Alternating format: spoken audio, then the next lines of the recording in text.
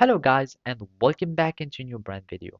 In today's tutorial, I'm going to show you how to read graphs in uh, Robinhood. So make sure to watch the video to the end and follow these simple steps. So basically now, all you need to do is to go to the investing page in Robinhood app. So either you are going to use your mobile app or your web app. And after that, all you need to do is to choose the stock that you want to read. And basically here you will find the list of the stocks. So you will find these stocks, or you can choose create your own list by adding your stocks that you want. So of course you can choose any stocks that you would like, etc.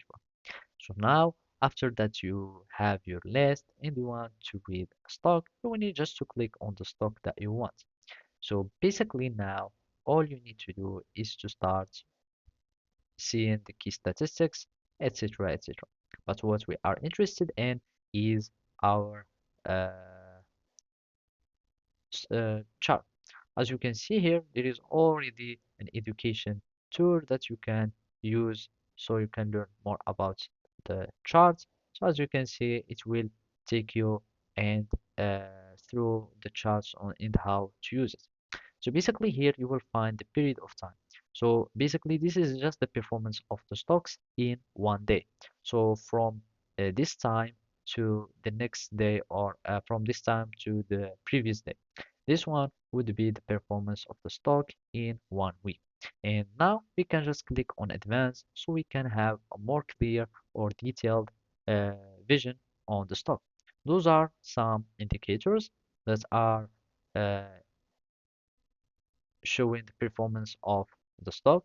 And basically now you can go in a period of time. In the right you will see the price at a given time and the date would be at the bottom of the cursor, and then you can start following any performance, and of course you can choose uh, the time that you would like. You can also choose a candlestick charts if you need it, etc. So basically, those are some tips. Thank you for watching and see you next time.